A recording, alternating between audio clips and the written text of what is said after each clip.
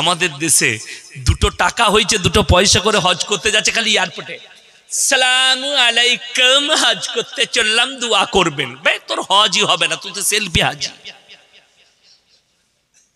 হজ কাকে বলো শোনো, কেউ জানতে পারবে না। তুমি কাবা ঘরে নামা মাত্র, যখন নামাজ, কাবা ঘর হচ্ছে ইবাদতের জায়গা, 1 রাকাত নামাজ যদি কাবা ঘরে কেউ পড়ে 1 লাখ রাকাত নামাজ নেকি তার নামায় আমলে দেওয়া হয়। জোরে বলুন সুবহানাল্লাহ।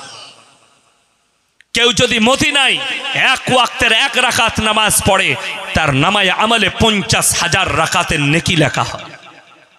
আমার ভাই, নবীজি সাল্লাল্লাহু আলাইহি সাল্লামের রওজা মুবারক যারা জিয়ারত করবে আর বলবে আল্লাহ, যখন দরুদ পাঠ করবে আমার নবীজি বলবেন, ওগো আল্লাহ, যারা আমার উপরে দরুদ পাঠ করেছে তুমি তাদের মাগফিরাত করে দাও, তখন তুমি মাসুম হয়ে যাবে। জোরে বলুন সুবহানাল্লাহ।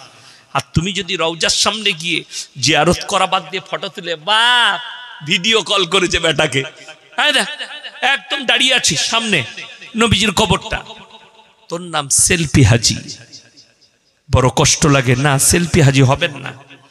কেউ কি যদি হজের ময়দানে দেখতে পান কোনো বেঈমানকে দিয়ে, আপনি মনে করলেন নিয়ে মুমিন হয়ে গেছে, কখনো ভাববেন না। বুঝতে পেরেছেন না পারেননি আমার কথাটা? কিছুদিন আগে দেখলাম অনেক ছেলেরা শেয়ার করেছে শাহরুখ খান নাকি উমরা করতে গেছে, ফটো ছেড়েছে অনেক ছেলেরা। আমাকে একজন হোয়াটসঅ্যাপে পাঠিয়েছে, তারই ভক্ত বুঝতে পারলাম। পরবর্তীতে সে আমি দুটো কথা বলার কারণে ডিলিট করে দিয়েছি। ফটো পাঠিয়েছে, দেখো তুমি আর বিরুদ্ধে বলো এই মুসলমান নয়, উমরা করতে গেছে। আমি বলবে এর নাম সেলফি হাজি। কি হাজি বললাম? সেলফি হাজি। এখন তো বেশিরভাগ সেলফি হাজি আছে, ভালো হাজি খুব কম। সেলফি হাজি মানে কি, মক্কায় যাচ্ছে আর ফটো তুলছে আর ছাড়ছে। মক্কা কাবা ঘর আল্লাহর ঘর। শুনেলেন কারি তৈয়ব সাহেব রহমাতুল্লাহ আলাই নব্বারাল্লাহু মারকাদা, আল্লাহ তিনার কবরকে নূরে ভরে দেখ। জোরে বলো আল্লাহুম্মা আমিন। তিনি কি বলেছে জানেন? কাবে পে পড়ি জব পহলি নজর, দুনিয়া क्या चीज है भूल गए। যারা আল্লাহর ভয়ে আল্লাহর মহব্বতে কাবা ঘরে পা রাখবে, কাবা ঘরটা দেখা মাত্র দুনিয়ার সব জিনিস ভুলে যাবে আর চোখ দিয়ে দরদর করে পানি পড়বে। কেন? ওই জায়গা গিয়ে এমন একটা জায়গা, আপনারা শুনেছেন দেওবন্দের কোন উস্তাদ উমরা করতে গেছে, পেপারে কিংবা মোবাইলে দেখেছেন আপনারা? কথা বলে না কেন? দেখেননি? সাহারানপুরের ফুরফুরার কোন হুজুর যাচ্ছে, ফেসবুকে ছেড়েছে যে আমি উমরা করতে যাচ্ছি, যাইনি, ছাড়েনি। কেন? উলামারা তারা যায় না উমরা করতে? সবাই যায়, কিন্তু তারা কিন্তু সেলফি হাজি নয়। উলামারা, হুজুররা কিন্তু সেলফি হাজি নয়, ওই জন্য ফটো ছাড়ে না। সব থেকে বড় দোষের কি জানেন? কালিকাপুর মাদ্রাসা আপনাদের কাছে, ওখানে এমন এমন শিক্ষক আছে যাদের জুতো সুজা করতে হবে। আমাকে জিজ্ঞেস করবেন, সকালে গিয়ে ইয়াসিন ভাই বলে গেছে আপনারা ফরজ নামাজ আগে পড়েন না নফল আগে পড়েন? কথা বলে না? ফরজ আগে পড়েন, কিন্তু আমাদের দেশের লোক নফল আগে পড়তে চায়। বুঝতে পারেননি আমার কথাটা? হজ ফরজ হয়ে গেছে, এজেন্টরা বলছে হজ করার আগে তুমি একবার উমরাটা করে নাও, তুমি বুঝতে পেরে যাবে কিরকম কি ডিজাইন আছে। পটায় সেই এজেন্টটা তো পয়সা কামাবার জন্য করছে, দালাল। সব জায়গায় দালালি ভারতবর্ষে, এই হজেতেও দালালি আছে। রাগ করবেন না, বাস্তব কথা বলছি। 100টা এজেন্ট ঘুরে বেড়াচ্ছে যার টাকাওয়ালাদের পেছনে। ও তুমি উমরা করনি? আমি আছি, আমাকে দাও পাসপোর্ট গুলো, তোমাকে আমি কালকে উমরা করিয়ে দিচ্ছি। বড় কষ্ট লাগে। এবার তাকে জিজ্ঞেস করলি যে তুমি এত টাকার মালিক, তোমার তো হজ ফরজ হয়ে গেছে, তুমি ফরজ হজ করনি, আগে ফরজ হজ করো। আগে ফরজ পড়বে না নফল পড়বে? ই বলছে আগে নফল পড় তারপরে ফরজ পড়বি। তো সে ঝাঁটা খাবে না খাবে না? যাদের হজ ফরজ হয়ে গেছে তাদের উমরাই যাওয়া আর শিলিগুড়ি, দার্জিলিং আর দীঘাতে ঘোরা দুটোই সমান। লিখেলেন, কাগজটাকে নোট করুন, কালকে কোনো মুক্তিকে জিজ্ঞেস করবেন। আমি বলে যাচ্ছি, উমরা করতে যাবে, তোমার হজ ফরজ হয়ে দাঁড়িয়ে আছে, আগে ফরজ হজ করো, তারপরে 100 বার উমরা করবে। বড় কষ্ট লাগে। যারা হজ করতে যায় তারা কে জানে? বিশ্বাস করুন, আমি বাস্তব কথা বলে যাচ্ছি। আপনারা আমাকে কি ভাবছেন জানি না। আমাকে যদি এখন, আমি ফরজ হজ করিনি, আমি যখনই হজ করতে যাব আমাকে যদি এখন কেউ জিজ্ঞেস করে হজের সব নিয়মগুলো একটু বলে দেন, আমি বলছি আমি জানি না। বিশ্বাস করুন, আমি একদম সত্য কথা বলছি, আমি জানি না, আমি জানি না। কেন? কিতাব পড়ার প্র্যাকটিক্যালটা বহুত পার্থক্য আছে, প্র্যাকটিক্যালটা বহুত পার্থক্য আছে। ওই জন্যে বাবা আপনি ট্রেনিং নেন, সব শিখে যাবেন, কিন্তু ফরজ আগে করবেন। যেমন আমি বলে দিই, আমাদের দেশের লোক এত দুর্বল। আপনাদের এখানে জানাজার নামাজ হয় না? মানুষ মরে গেলে এলান করলে জোহরের পরে জানাজা হবে, এলান হয়ে গেল, জোহরের পরে জানাজার নামাজ। কিন্তু দুঃখ কি জানেন? জোহরের নামাজের পরে জানাজা হবে, মসজিদে উজু করে মুসল্লিরা বসে নামাজ পড়বে, মসজিদে নামাজ হচ্ছে, আর একদল লোক থাকে তারা উজু করে মসজিদের বাইরে বসে থাকে, হজরতরা জানাজা পড়বে। ঠিক বলছি না? তারা উজু করে বসে থাকে, জানাজা পড়বে। আচ্ছা, কেউ যদি জানাজার নামাজ ছেড়ে দেয়, সেটাতে গুনাহ আছে না গুনাহ নাই? গুনাহ নাই। কিন্তু কেউ যদি ফরজ নামাজ ছাড়ে, আমার নবী বিশ্ব নবী বলেছেন, যার নামাজ নাই তার ইসলাম নেই। আমার নবীজির হাদিস, যার নামাজ নাই তার ইসলাম নেই। আর তুমি এই জন্য বড় পাপী, তোমার চোখের সামনে জোহরের নামাজ হচ্ছে আর তুমি নামাজ ছেড়ে দিচ্ছ, আর জানাজা পড়তে চাইছো ফরজে কিফায়া, যেটা ছেড়ে দিলে গুনাহ নাই। আর জোহরের নামাজ তোমার চোখের সামনে, যদি বলেন হুজুর আমরা তো দোয়া জানি না, দরুদ জানি না, নামাজ জানি না, আরে কমপক্ষে ইমামের সঙ্গে সেদিনে মাথাটা তো ঠুকে নাও। যদি আল্লাহ কবুল করে নেয়, তুমি সব শিখে যাবে। আল্লাহর নবী সাহাবীরা দিন জানতো না, নবীজি শিখিয়েছেন কালমা পড়ার পরে। আল্লাহর নবী সাহাবীরা নামাজ জানতো না, নবীজি সাল্লাল্লাহু আলাইহি সাল্লাম শিখিয়েছেন।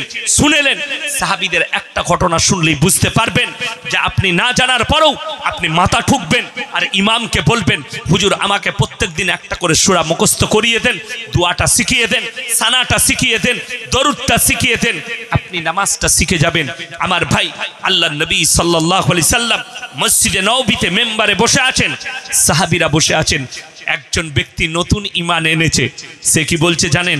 ইয়া রাসূলুল্লাহ, আমি ঈমান তো এনেছি, কিন্তু সব করতে পারবো, নামাজ পড়বো, রোজা রাখবো, সব মানবো, একটা কাজ কিন্তু আমি ছাড়তে পারবো না। কি কাজ? বলে আমি প্রত্যেকদিন ব্যভিচার করতে চাই, এটা আমার নেশা, আমি যে কোনো মেয়ের সঙ্গে ব্যভিচার করব। হযরতে উমরে ফারুক রাদিয়াল্লাহু তাআলা আনহু তলোয়ারটা তুলে দাঁড়িয়ে গেছেন, টুকরো টুকরো করে দেবো, ইয়া রাসূলুল্লাহ হুকুম দেন। নবীজি বললেন, উমর ঠান্ডা হও, ক্ষান্ত হও, বসো। তাকে ডাকলেন, সেই সাহাবীকে, শোনো, হে আমার সাহাবী, তুমি আমার কাছে এসো। পিঠে হাত রেখে নবীজি বললেন, তোমার মায়ের সঙ্গে যদি কেউ ব্যভিচার করে, ইয়া রাসূলুল্লাহ, আমি রক্তের শেষ বিন্দু পর্যন্ত লড়াই করব। তোমার বোনের সঙ্গে যদি কেউ করে, তাকে টুকরো টুকরো করে দেব। তোমার মেয়ের সঙ্গে যদি কেউ করে, ইয়া রাসূলুল্লাহ, তার গর্দনটা আলাদা করে দেব। আমার নবীজি বললেন, হে আমার সাহাবী, তুমি যার সঙ্গে ব্যভিচার করবে সে কারুর মা, কারুর বোন, কারুর বিটি, কারুর স্ত্রী।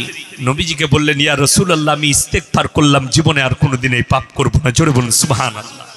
আমার ভাই, আপনি যদি ইরাদা করেন যে আমি নামাজ পড়ব, নামাজ এমন একটা ইবাদত, কোরআনে আছে, ইন্নাস সালাতা তানহা আনিল ফাহশাই ওয়াল মুনকার, নিশ্চয়ই নামাজ এমন একটা ইবাদত, মানুষ যখন নামাজ পড়তে লাগে ভালো কাজের দিকে টেনে নিয়ে যায়, খারাপ কাজ থেকে বিরত করে। জোরে বলুন সুবহানাল্লাহ। আপনি তো নামাজটা পড়ুন, কিন্তু কষ্ট লাগে, আপনি অনুভবই করতে পারবেন না যে ইসলামের কিভাবে সুট পয়েছেনে কোরআন বিরোধী এজেন্ডা চলছে, ইসলাম বিরোধী এজেন্ডা, নবী বিরোধী এজেন্ডা চালাচ্ছে, যেগুলোকে মুসলমানরা বৈধ বলে গ্রহণ করে নিচ্ছে। আজকে কত তারিখ জানো? ডিসেম্বরের 22 তারিখ, কালকে 23, পরশু 24, তারপরের দিনই 25শে ডিসেম্বর। দেখিয়ে দেবো তোমাকে, হাজারো মুসলমান 25শে ডিসেম্বর খুশি করে কেক কিনে নিয়ে এসে সন্তানকে খাওয়াচ্ছে, নিজেরা খাচ্ছে। ঠিক কিনা? আপনারা বলতে পারবেন, ঈদের সময় খুশি করে, ঈদের আগের দিনে হিন্দু ভাইরা, খ্রিস্টানরা, ইহুদিরা, খ্রিস্টানরা লাইন লাগিয়ে সেমুই আর লাচ্চা কিনে কালকে ঈদ পালন করব? কথা বলেন না? করেন না, কিন্তু আপনি করেন। কিন্তু মুসলমান করে। ডিসেম্বর শেষ হবে, 1 জানুয়ারি হাজারো মুসলমান যুবক তারা পিকনিক করতে যায়, যায় না? কথা বলুন, আপনাদের দেশে যুবকরা করে না? পিকনিক করে, 1 জানুয়ারি ফিস্ট করে। কোথা থেকে পেলে? একবার তুমি তোমার ইমামকে জিজ্ঞেস করলে না যে ইসলামে পিকনিক আছে কিনা? 1 জানুয়ারি আমার কিনা? 25শে ডিসেম্বর আমার কিনা? আপনি কালকে কত তারিখ বললাম? আজকে 22, কালকে 23। কালকে কেক কিনে খান, অসুবিধা নাই। পরশু কিনে খান, 24 তারিখে অসুবিধা নাই। 26 তারিখে খান, অসুবিধা নেই। 25শে ডিসেম্বর একজনাও কেক কিনবো না। জোরে বলুন ইনশাআল্লাহ। কেন? কোরআনে আছে গায়রিল মাগজুবি আলাইহিম ওয়ালাদ-দাল্লিন। মাগজুম মানে ইহুদি আর দাল্লিন মানে নাসারা। এই দুটো দলই পদভ্রষ্ট এবং এদের অনুসরণকারীরাও পদভ্রষ্ট হবে। আজকে আপনি ভাবতে পারেন মুসলমান আমাদের দেশের জানি না, কিন্তু আমাদের দেশেও আছে। পার্শ্ববর্তী দেশ বাংলাদেশ, বিশ্বকাপ জিতেছে আর্জেন্টিনা, ইহুদিদের দেশ।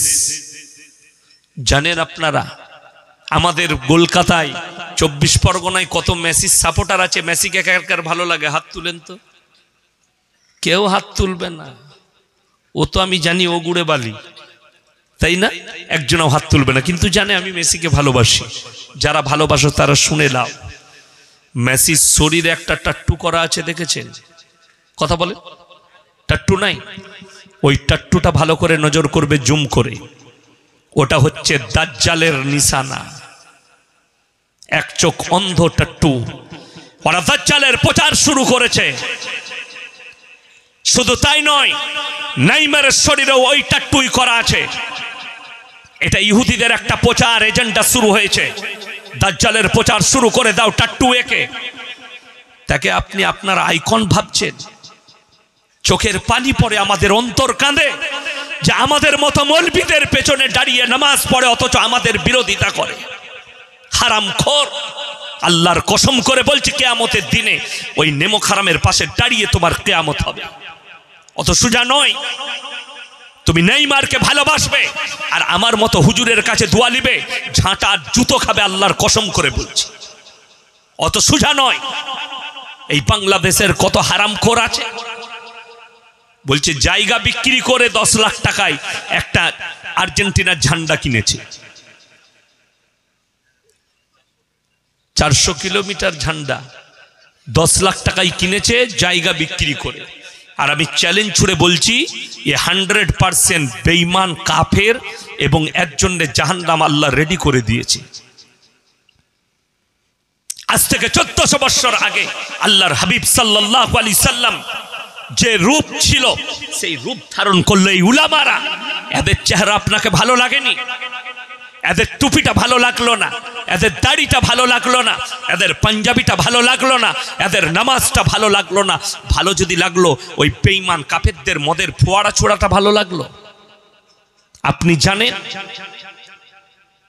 কাতার বিশ্বকাপ নজির গড়েছে। আরে লক্ষ্য করো, ওই বাচ্চা ছেলে যার পা দুটো নেই, তার কোরআনে তেলাওয়াত দিয়ে কাতারের বিশ্বকাপ উদ্বোধন হয়েছে। এমনকি ফাইনালের দিনে যেখানে মদ উড়ানো হয়, ওটা উড়াতে দেয়নি, নজির করে দিয়েছে। তারা দেখিয়েছে যে পয়সা ইনকাম ছাড়া, অশ্লীল কাজ ছাড়া কিভাবে পয়সা খরচ করে একটা খেলা পরিচালনা করতে হয়। জোরে বলুন সুবহানাল্লাহ। ইসলাম এটা পারে, এটা দেখিয়েছে। এটা দেখানোর জন্য কাতার বিশ্বকাপ করিয়েছে। যে শোনো, যারা ভাবছে যে খেলাতে একটু মজ মস্তি হবে, খেলাতে একটু বিনোদন হবে, বিনোদন হতে পারে, মনের খুশি হবে, চেহারার খুশি হবে, কখনো নোংরামির খুশি ইসলাম পছন্দ করেন, কখনো মদের ফোয়ারা ইসলাম পছন্দ করেন। আজকে বহু বেঈমান কাফেররা যেতে পায়নি, ওই জন্য এজেন্ডা চালাচ্ছে কাতারের বিরুদ্ধে। এক শ্রেণীর মিডিয়া এজেন্ডা চালাচ্ছে কাতারের বিরুদ্ধে। যেহেতু তাদের নোংরামি হয়নি, সেখানে সমকামীকে স্বীকৃতি দেয়নি, সেখানে ব্যভিচারকে স্বীকৃতি দেয়নি, সেখানে নোংরা পোশাককে স্বীকৃতি দেয়নি। শুধু তাই নয়, আমাদের দেশে ঝামেলা চলছে না কি নিয়ে? আমাদের, আমি ওকে মুসলমান ভাবি না, আপনারা ভাবতে পারেন, শাহরুখ খান না কি নাম আছে একটা আর্টিস্ট, তার একটা ফিল্ম নিয়ে ঝামেলা শুরু করেছে। আমি মোবাইলে খবরে দেখছিলাম, মিডিয়ারা চালাচ্ছে, ভগওয়া কা অপমান কিয়া হ্যায়। যে মেয়েটা ড্যান্স করেছে নায়িকাটা, তাকে দেখলাম কাতারের বিশ্বকাপে, তার পোশাকটা দেখেন, তাকে ঝাঁটা মেরে তাড়িয়ে দিত যদি ওই পোশাকটা ওখানে পরতো, ঠিক কি না? সেখানে কিন্তু হাতওয়ালা পোশাক পরতে হয়েছে, শরীর পা পর্যন্ত ঢাকতে হয়েছে, তবে তাকে বিশ্বকাপের ময়দানে কাপটা নিয়ে দাঁড়াতে দিয়েছে।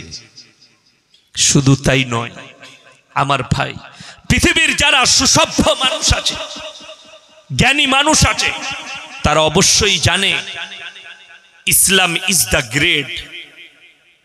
ইসলাম হচ্ছে পৃথিবীর একটা সেফটি ধর্ম, চারিদিক দিয়ে সেফটি দিয়েছে। ইসলাম ইজ দ্য সেফটি, অন্য কোনো জায়গায় সেফটি পাবেন না। ইসলাম মদকে স্বীকৃতি দেয়নি, ইসলাম নোংরামিকে স্বীকৃতি দেয়নি, ইসলাম গাঁজাকে স্বীকৃতি দেয়নি, ইসলাম নারীদিকে বাজার ঘোরার স্বীকৃতি দেয়নি, ইসলাম মেয়েদিকে বেপর্দার স্বীকৃতি দেয়নি। কোন মৌলবি আর কোন পৃথিবীর হুজুর, একটা ইমামও বলতে পারবে না মেয়েরা বেপর্দায় ঘুরলেও অসুবিধা নাই। শুনেছেন কোন হুজুরের মুখ থেকে? যদি শোনাতে পারেন তো জুতোর মালা পরব তার। সামান্য যিনি ইমামতি করেন সেও বলতে পারবে না যে মেয়েরা যাই বা পোশাক পরল। কেন? আল্লাহ যার মধ্যে এতটুকু ভয় দিয়েছে, আল্লাহ রবের ভয় দিয়েছে, সে কখনো চাইবে না যে পুরুষরা, যে যুবকরা একটা নোংরা পোশাক পরা মেয়েকে দেখে উদ্বুদ্ধ হও, একটা বাজারে হাফ প্যান্ট পরা মেয়েকে দেখে, বিকিনি পরা মেয়েকে দেখে যারা নিজেদের চোখকে রাঙাও যে এত সুন্দর লাগছে, তো তুমি চিন্তা করো তোমার বোনকে যদি ওই বিকিনি পরানো হয় কেমন লাগবে? তুমি সহ্য করতে পারবে না, তখন বলবে আমার বোনকে গুলি করে মেরে দেবো। তখন তুমি তোমার বোনকে মার্ডার করতে চাইবে, তোমার মন মেনে নিবে না যে আমার বোন বিকিনি পরে রাস্তায় ঘুরুক। তো তোমাকে মনেতে এটা আনতে হবে, ইসলাম যে মেয়েটাই হোক, ইসলাম তাকে সম্মান দিয়েছে। আমি মুতালবা করি আর আমি এটাই রাখি যে আমাদের দেশে আমার কাছে আমার মায়ের ইজ্জত যতটা, আমার একটা হিন্দু মায়েরও ইজ্জত ততটা, আমার কাছে আমার বোনের ইজ্জত ততটা, আমার দেশের হিন্দু দলিত আদিবাসী মা বোনেরও ইজ্জত আমার কাছে ততটা।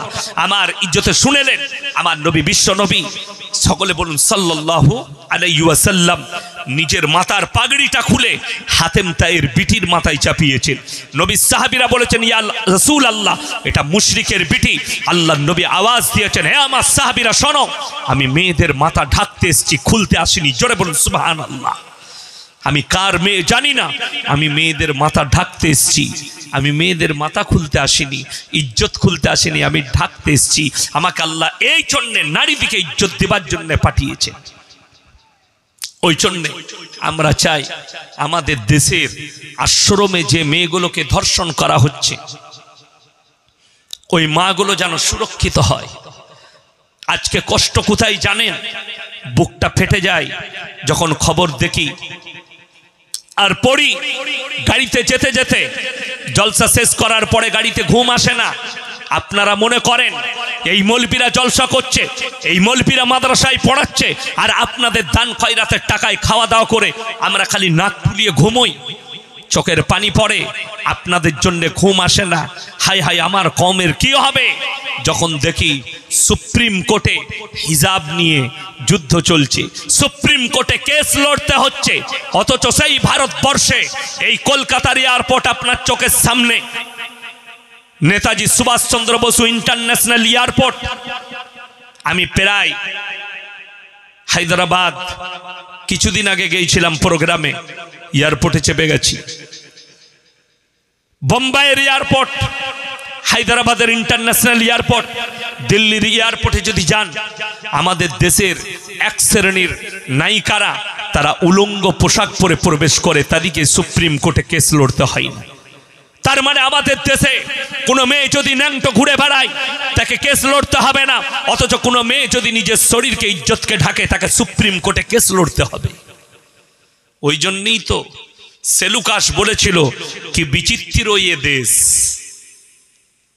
পালিয়ে যায়নি সেলুকাস, এই হারামখোর দিকে দেখেই পালিয়েছিল যে কি বিচিত্র এ দেশ। 100 রকমের কথা আর সবগুলোই তো বড় বড় মুফতি এখন আমাদের দেশে, ছোটখাটো মুফতি কেউ নাই, সব বড় বড়। এমন এমন ফতোয়া দেয় ইমাম সাহেব খেপে যায়, আল্লাহ এগুলো তো হাদিসে দেখিনি জীবনে, বড় বড় ফতোয়া। আমার গ্রামে একটা ছেলে আমাকে এসে কি জিজ্ঞেস করছে জানেন, এগুলো যদি সাধারণ মৌলবিদিকে জিজ্ঞেস করে তারা পাগল হয়ে যাবে। আমাকে এসে, আমার বন্ধু হয় আবার ভাই হয়, আমাকে জিজ্ঞেস করছে, আচ্ছা ইয়াসিন ভাই, কবরস্থানে গেলে আন্ডার প্যান্ট পরে যেতে হবে ভেতরে, লুঙ্গির ভেতরে? তাকে কি উত্তর দেবো বলুন? আমি বললাম তুই শুধু আন্ডার প্যান্ট পরে যাবি, তোকে লুঙ্গি পরারও দরকার, তোর জন্য যাই যাচ্ছে। কি বলবেন? শুধু তাই নয়, আমাদিকে জিজ্ঞেস করছে, ফতোয়া দিচ্ছে। এখন শুনেলেন, এক শ্রেণীর লোক বেরিয়েছে, মেয়েরা ফতোয়া দিচ্ছে। আমাদের সমাজ তো চলছে হাদিসুন নিসা, এই মৌলবীদের হাদিসে চলে না, আমাদের হাদিস। আমাদেরকে দুটো কাজে রেখেছেন আপনারা, কটা কাজে বললাম? কটা কাজে বললাম? দুটো, হলে আর মোলে। হয়েছে কানে আজান দিতে হবে হুজুর, মরেছে জানাজা পড়তে হবে বলে, বাকি বাকি সবও আমরা বুঝে লুব। কোরআনে আছে, ক্বালাল মালাউল্লাযীনা ইসতাকবারু মিন কওমিহি লাইন ইত্তাবাতুম শাইবান ইন্নাকুম ইযাল লাখাসিরুন। হযরতে শোয়েব নবীর কওম, তারা বললে, শোনো, তোমরা যদি শোয়েবের আল্লাহকে বিশ্বাস করো, শোয়েবকে নবী হিসাবে বিশ্বাস করো, তাহলে তোমাদিকে ক্ষতিগ্রস্ত করা হবে, কতল করা হবে, মার্ডার করা হবে। আল্লাহ বললেন, এত বড় আস্পর্ধা, হে আমার শোয়েব নবী তুমি সরে যাও। আল্লাহ বললেন, হে আমার নবী, আপনি কি দেখেননি আমি শোয়েব নবীর কওমকে এমন ভাবে ধ্বংস করেছি, সেই জায়গাটা দেখে মনে হয়নি এখানে কোনোদিন কোনো জনবসতি ছিল, আমি খেলার মাঠের মতো করে দিয়েছি। আল্লাহর কসম করে বলছি, মুসলমান, আল্লাহ তাআলা ওই জাতিকে ধ্বংস করে দেয় যারা আল্লাহর অবাধ্যতা করে। যখন মুসলমান অবাধ্যতায় ছেয়ে যাবে, মুসলমান পাপেতে ছেয়ে যাবে, আল্লাহ রাব্বুল ইজ্জত ওই জাতিকে, ওই জায়গাকে ধ্বংস করে দিবেন, আপনি অনুভব করতে পারবেন না। কোরআনে আছে, ওয়া কাম মিন কারিয়াতিন আহলাকনাহা ফাজাআহা বাসুনা বায়াতান আও হুম কাইলুন। যারা ভাবছেন বন্যা হলে উঁচু জায়গায় পালিয়ে যাব, যারা ভাবছেন বৃষ্টি হলে আমরা পালিয়ে যাব, যারা ভাবছেন যে যদি বজ্রঘাত পরে পালিয়ে যাব, ভূমিকম্প হলে পালিয়ে যাব, আল্লাহর কসম করে বলছি, ওই জন্য আল্লাহ ওয়াদা করলেন, হে নবী, আমি যখন কোনো জাতিকে ধ্বংস করি নির্দিষ্ট সময়ে করি, যাতে তারা পালাবার সময় না খুঁজে পায়। হয় যে কোনো জাতিকে ধ্বংস করেছি হয়তো দ্বিপ্রহরে, মানে দুপুর বেলায় যখন তারা আরামরত অবস্থায় ছিল, কিংবা রাতের অন্ধকারে যখন তারা গভীর নিদ্রায় ছিল, তখন আমার আযাব তাদের কাছে পৌঁছেছে যাতে করে পালাবার রাস্তা খুঁজে না পায়। যারা পালাতে চাইছেন তারা কোরআন শুনে। আমার আল্লাহ রাব্বুল আলামিন কোরআনে বললেন, হে আমার নবী, ইয়া আইয়ুহান নাসু তাকু রাব্বাকুম ইন্না জালজালাতাশ শাতি শাইউন আযীম। হে আমার বিশ্ব নবী, জালজালা মানে হচ্ছে ভূমিকম্প। আমি এমন একটা দিন আসবে, ভূমিকম্পতে গোটা পৃথিবীটা তছনছ করে দেব।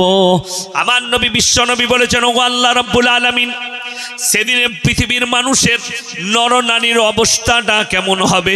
আমার আল্লাহ বললেন, হে আমার বিশ্ব নবী, তুমি আমার কোরআনকে জিজ্ঞেস করো, ইয়াউমা তারাউনাহা তাযহালু কুল্লু মুরদিয়াতিন আম্মা ওয়ারদাত ওয়া তাদা কুল্লু দাতিন হামলিন হামলাহা ওয়া তারান নাসা সুকারা ওয়া মা হুম বিসুকারা ওয়ালাকিন্না আযাবাল্লাহি শাদীদ।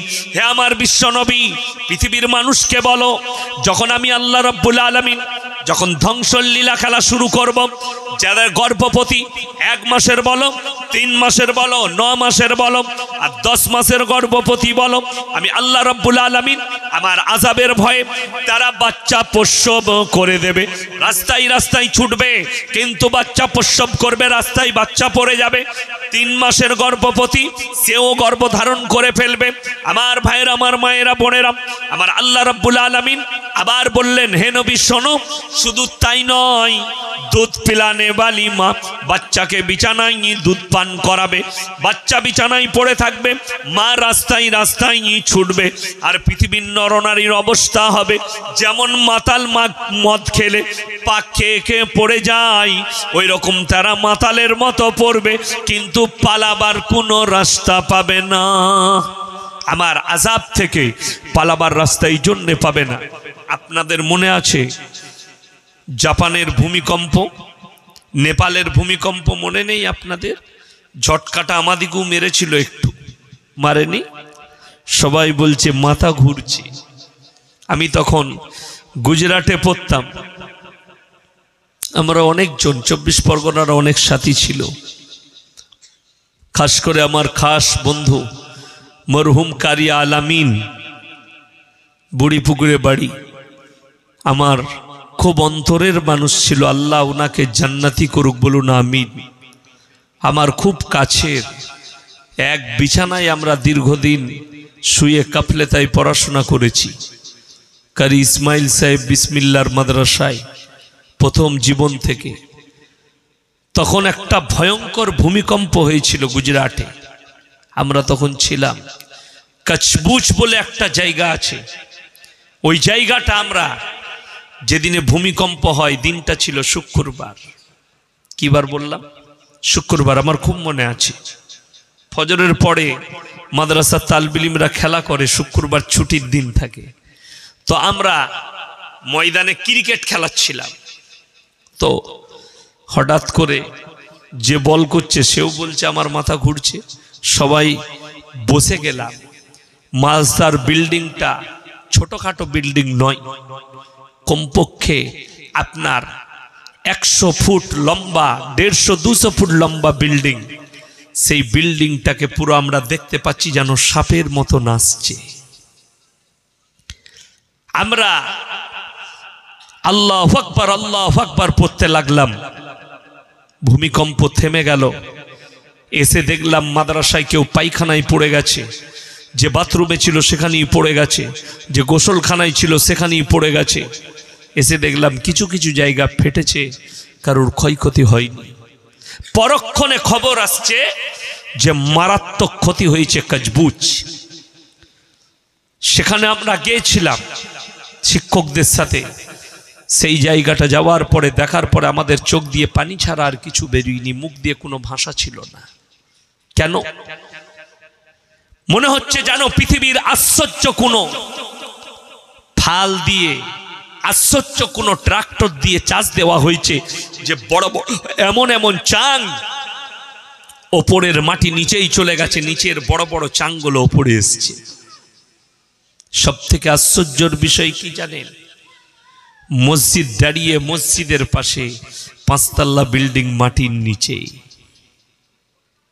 सबथेके आश्चर्य एटा मस्जिद दाड़िये सेखाने जे मानुषगुलो बेঁচে গেছে फजरेर परे परे जखन नेमक हारामरा घुमाच्छिलो तखन आल्लाह दिएছে निद्राय अनेक मानुष मारा गेছে बेर होते पारेनी যারা বেরিয়ে গেছে যারা বেঁচে গেছে তাদের সঙ্গে কথা বলে বুঝা গেল ওই জায়গায় মদের ভাটি ছিল এমন কি মানুষ মসজিদে নামাজ তো দূরের কথা মসজিদে নিয়ে গিয়ে গরু বেঁধে দিত মসজিদের দেওয়ালে ঠেস দিয়ে মদ পান করত সেখানে পাপাচারী ব্যভিচার অবাধে চলতো তাদের চোখের কান্না চোখের পানি আমরা দেখে আমাদের চোখে পানি এসেছে কিন্তু আল্লাহর কসম করে বলছি যে জায়গায় ব্যভিচার মদ গাঁজা গুনার কাজ বেড়ে যাবে আল্লাহ তাআলা ওই জায়গাকে ওইভাবে ধ্বংস করে দিবেন ওইভাবে ধ্বংস করবেন আপনি খবর নেন যতগুলো সমুদ্র সৈকত আছে যখন সুনামি হয় ওই জায়গাগুলোকে আল্লাহ ডুবিয়ে দেয় এই জন্যই সবথেকে বড় পাপ হয় ব্যভিচার জিনার পাপটা হয় সমুদ্র সৈকতগুলোই জানেন আপনি শয়তান এমনি হয়নি আল্লাহ রাব্বুল আলামিন हजरत आदम अलैहिस्सलातु वस्सलाम के सृष्टि करलेन निजेर कुदरते जोरे बोलुन सुबहानाल्लाह কোথায় রেখেছিলেন জানেন? আদম আলাইহিস সালাম কোথায় ছিলেন? কথা বলুন, কোথায়? জান্নাতে। আল্লাহ কোথায় রেখেছিলেন বাবা? জান্নাতে ছিলেন হযরত আদম আলাইহিস সালাতু ওয়াস সালাম। আল্লাহ তাআলা ফেরেশতাদিকে অর্ডার করলেন, তোমরা আমার আদমকে সিজদা করো। কিন্তু জানেন সমস্ত ফেরেশতা সিজদা করেছে, ইল্লা ইবলিস। ইবলিস সিজদা করেনি। সে বলল কখনো নয়। এত অহংকার। আমাদের দেশে মুসলমানদের, আল্লাহ নবীর হাদিস, ৭৩টা দল হবে ইসলামের মুসলমানদের। কটা বললাম? ৭৩টা, 73। এটা নবীজির ভবিষ্যৎবাণী যে মুসলমান ৭৩টা দলে কিয়ামতের আগে পর্যন্ত বিভক্ত হবে। পৃথিবীতে এমন একটা দল আছে যেটা হচ্ছে শিয়া সম্প্রদায়। কি বললাম? শিয়া। সব থেকে বেশি আছে ভারতের মধ্যে লখনৌ। কোথায় বললাম? লখনৌ সব থেকে বেশি আছে। আমি যখন ইরফানিয়া কলেজে ছিলাম তখন দেখেছি প্রচুর। একটা মহল্লা আছে ওদের, কাশ্মীরি মহল্লা। তো আমি একটা মসজিদের নিচে আমার রুম ছিল, শিয়াদের বিরাট বড় মসজিদ। তো আমি ওই মসজিদের 2 ওয়াক্তের ইমাম ছিলাম, দরগায়ে হায়দার বখশ। নামাজ পড়তাম ফজর আর এশা। ফজরের নামাজের পরে আমিও চা খেতে যেতাম, তাদের ইমামও চা খেতে যেত। তো রাস্তায় চায়ের দোকানে মোলাকাত হতো। শিয়ারা জমিনের উপরে সিজদা করে না, একটা করে কাঠ রেখেছে। কাঠ, কি বললাম? কাঠ, গোল কাঠ রাখে, সেটার উপরে শিয়ারা সিজদা করে। যদি কলকাতায় কোথাও থাকে দেখবেন গিয়ে, তাদের মসজিদে কাঠ রাখা আছে, কাঠের উপরে সিজদা করে, তারা জমিনে করে। আমি জিজ্ঞেস করলাম যে আচ্ছা, আপনাদের মসজিদে কাঠ রাখা আছে, মানুষরা জমিনে সিজদা করে না কেন? बोले अरे हजरत आपको मालूम नहीं है, पूरे दुनिया में और आसमान में ऐसे कोई जगह नहीं जहां शैतान ने सिजदा किया नहीं, इसीलिए हम लोग जमीन में सिजदा करते नहीं, लकड़ी पे करते हैं। तो अमी तक बोलला, अच्छा आपका मालूम है आप लोग जब मर जाते हैं आपको दफन कहाँ किया जाता है? बोले कब्र में। हम लोग फिर कब्र में कैसे दफन कर किया जाता है? वहां तो शैतान ने सिजदा किया, तुमको तो साला और पीटेगा। तो से चुप करे गए। हमने तुम्हारा जो सबसे बड़ा मौलवी है उससे जरा पूछ के आना कि एक मौलाना ने सवाल किया कि अगर जमीन में हम सिजदा नहीं कर सकते क्योंकि शैतान ने सिजदा किया, तो फिर जमीन में दफन कैसे कर सकते हैं जहां शैतान ने सिजदा किया? तो ताके मासे एक बार करे जिज्ञेस करताम, भाई पहले उत्तर बाद में আমি যে 2 বছর ওখানে কিরাত পড়েছি, 2 বছরই বাদ মে শুনেছি, এখনো পর্যন্ত উত্তর পাইনি। যদি সুদূর উত্তর কারুর কাছে থাকে আমার কাছে পৌঁছাবেন, কিয়ামতের সকাল পর্যন্ত সময় রইল। আর আমি বলে যাচ্ছি জমিনে এই জন্য সিজদা করবেন, জমিন শয়তানের নয়, জমিন আসমান আমার আল্লাহ রাব্বুল আলামিন। শুধু তাই নয়, একটা কথা মাথায় রাখবেন, যারা সিজদা করে না, যারা নামাজ পড়ে না, বেঈমান কাফের, তাদেরকে বলছি শোনো, আল্লাহর কসম, পৃথিবীতে যতগুলো মানুষ আছে, যতগুলো প্রাণী আছে, যতগুলো গাছপালা আছে, তোমরা সিজদা করো আর না করো, আল্লাহ কোরআনে বললেন তোদের ছায়াগুলো আমাকে সিজদা করে। জোরে একবার বলুন নারায়ে তাকবীর। আমার ভাই বেঈমান কাফেরের ছায়াটা পর্যন্ত আমার আল্লাহকে সিজদা করে, তোরা না করলেও তো ছায়া আমার আল্লাহর কাছে 24 ঘন্টা সিজদাই রত আছে। ছায়া দাঁড়িয়ে থাকে না শুয়ে থাকে? কথা বলুন। ছায়া শুয়ে থাকে, তুই ছায়াকে দাঁড় করাতে পারবি না। তোর ছায়া আল্লাহকে সিজদা করছে, গাছের ছায়া আল্লাহকে সিজদা করছে। কেউ এমন কোনো মানুষ নাই জেনে অজেনে যে আল্লাহকে বিশ্বাস করে না, তার ছায়াও আমার আল্লাহর কাছে সিজদাই রত আছে। আল্লাহ তোমাকে যেদিনে হিদায়েত দিবে তুমিও সেদিনে হিদায়েত পেয়ে তুমিও সিজদা করবে। ওই জন্য জমিন আল্লাহর, শয়তান সিজদা করেনি। আল্লাহ বললে কি ব্যাপার, তোমাকে কোন জিনিসে বাধা দিল? আল্লাহ তুমি আমাকে আগুনের সৃষ্টি করেছ, আর আদম হচ্ছে মাটির সৃষ্টি। মাটি যদি ওপর দিকে চূড়া হয় নিচের দিকে চলে আসবে, ওপর দিকে যাবার ক্ষমতা রাখে না। আর আমি আগুন, আমাকে যদি ধরি দেওয়া হয় আমি ওপর দিকে যাবার ক্ষমতা রাখি। আমাকে আগুন দিয়ে সৃষ্টি করেছেন, তাই আমি আদমের থেকে ডাউন হতে পারবো না। আমার আল্লাহ রাব্বুল আলামিন বললেন, তুমি বেরিয়ে যাও অভিশপ্ত, তুমি জাহান্নামী, কিয়ামত পর্যন্ত তুমি আমার কাছে অভিশপ্ত। আল্লাহকে বললেন, আল্লাহ আমাকে এমন একটা শক্তি দান করো, আমি তো এই আদমের জন্য জাহান্নামী চিরকালের জন্য, তাইলে আমাকে এমন একটা শক্তি দাও আমি যেন আদম সন্তানের রক্তের শিরায় শিরায় ঢুকে যেন ধোঁকা দিতে পারি। আল্লাহ বললে, দিলাম, কিন্তু শোনো আমার বান্দারা পাহাড়ের মতো পাপ করবে, খুব ভালো করে শুনবেন, সমুদ্রের ফেনার মতো পাপ করবে। কিন্তু শুনে নাও, আমার আল্লাহ রাব্বুল আলামিন কোরআনে বললেন, হে আমার নবী, সূরা ফুরকান শেষ রুকু, ইল্লা মান তাবা ওয়া আমানা ওয়া আমিলা আমালান সলিহা ফাউলাইকা ইউবাদদিলুল্লাহু সাইয়্যাতিহিম হাসানাত ওয়া কানাল্লাহু গফুরার রহিমা। যারা ইস্তেগফারের মতো ইস্তেগফার করবে, যারা তওবা করার মতো তওবা করবে, যারা আমাকে বিশ্বাসের মতো বিশ্বাস করবে, তাদের পাহাড়ের মতো গুনাহগুলো আমি আল্লাহ রাব্বুল আলামিন নেকি দ্বারা বদলে দেব। জোরে বলুন সুবহানাল্লাহ। শয়তান তুমি কিছুই করতে পারবে না, আমার বান্দাকে ভটকিয়ে পাহাড়ের মতো পাপ করাবে তুমি, কিন্তু যেদিনে এসে বলবে, আল্লাহ আমার জীবনের আমি পরিস্থিতি চাই, আমি ক্ষমা চাইছি, সেদিনে আমি আমার বান্দার পাহাড়ের মতো পাপগুলো সব ক্ষমা করে আমি অতটাই নেকি দান করে দেবো। জোরে একবার বলুন সুবহানাল্লাহ। শুধু তাই নয়, শয়তান যখনই বলেছে, আল্লাহ আমি যেন মানুষের রূপ ধারণ করতে পারি, আল্লাহ বলেন, দিলাম, কিন্তু একটা জিনিস তোর কাছ থেকে কেড়ে নেওয়া হলো। আল্লাহ কি? পৃথিবীর সব বাড়ির রূপ ধারণ করতে পারবি, আমার হাবিবের রূপ ধারণ করার ক্ষমতা তোমার কাছ থেকে কেড়ে নেওয়া হলো। জোরে বলুন সুবহানাল্লাহ। ওই জন্যে যার স্বপ্নে আল্লাহ নবী সাল্লাল্লাহু আলাইহি সাল্লাম আসবে, এটা কখনো মিথ্যা নয়। জোরে একবার বলুন সুবহানাল্লাহ। কেন? আল্লাহ নবী সাল্লাল্লাহু আলাইহি সাল্লামের রূপ ধারণ করার ক্ষমতা আল্লাহ শয়তানের কাছ থেকে কেড়ে নিলেন। শয়তান এরপরে বলল, আল্লাহ মুঝে হাতিয়ার দে, আল্লাহ আমাকে হাতিয়ার দাও, অস্ত্র দাও। কি করবি? আমাকে তো অস্ত্র ব্যবহার করতে হবে। একটা নামাজিকে আমি কিভাবে ভটকাবো, একটা মুসলমানকে কি করে ভটকাবো, আমাকে তো রাস্তা দাও। আল্লাহ বললেন, ঠিক আছে, কি লিবি বল। বললে, আমার প্রথম অস্ত্র হচ্ছে বদকার নারী। প্রথম অস্ত্র কি বললাম বাবা? বদকার নারী, নোংরা নারী, বদ্দিন নারী। বদকার নারী হচ্ছে আমার অস্ত্র এক নম্বর। হাম্মাম, সেটা তবদিল হয়ে এখন হয়ে গেছে 5 স্টার হোটেল, যেখানে অবাধে নারী পুরুষ মিলামিশা করে, যেখানে মদের ফোয়ারা চলে। বলে, ওটাও আমাকে দে। আল্লাহ বলে, লে লে, আর কি চাস? বললে, জুয়োটা আমার হাতিয়ার, গাঁজা আমার হাতিয়ার, মদ আমার হাতিয়ার, আর কি চাস? লটারি আমার হাতিয়ার।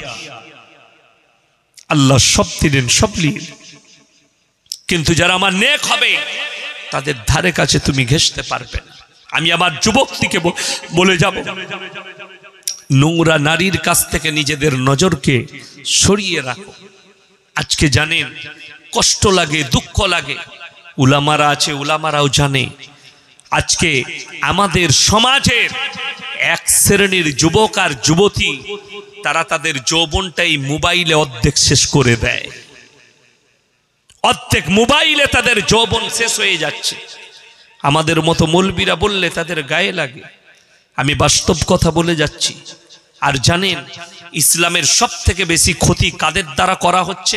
একটা মূর্খর দ্বারা নয়, একটা মূর্খর দ্বারা নয়, বেঈমান আর কাফেরদের দ্বারা এবং শিক্ষিতদের দ্বারা এই সমাজকে কলঙ্কিত করা হচ্ছে।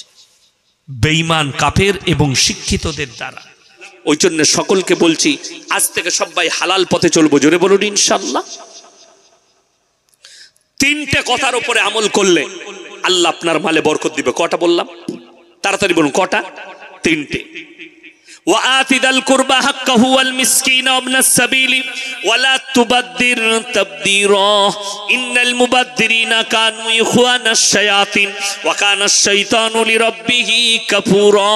হে আমার বিশ্ব নবী, পৃথিবীর মানুষকে বলো, وآت ذا القربى, সব থেকে প্রথমে তোমাদের কাছের গরিবের যাদিকে মাল দিয়েছি তারা তোমরা কাছের গরিবের খেয়াল রাখবে। ওয়াল ইয়াতামা ওয়াল মাসাকিন, তারপরে দেখবে তোমরা এতিম আর মিসকিন কোথায় রাস্তায় আছে অবনাস সাবিলি ওয়ালা তুবাদ্দির তাবদীরা। তারপরে তোমরা খোঁজ নাও তোমার গ্রামে তোমার কাছেতে মুসাফির এলে তাদের সঙ্গে এই তিনজনের সঙ্গে তোমরা ভালো ব্যবহার করবে। আমার আল্লাহ রাব্বুল আলামিন এই তিনজনের যারা খেয়াল রাখবে আল্লাহ তাদের মালেতে কারোবারে আল্লাহ বরকত দেবে। জোরে বলুন সুবহানাল্লাহ। আজকের এই মজলিসে সব থেকে বড় মুসাফির কে বাবা? কথা বলে না?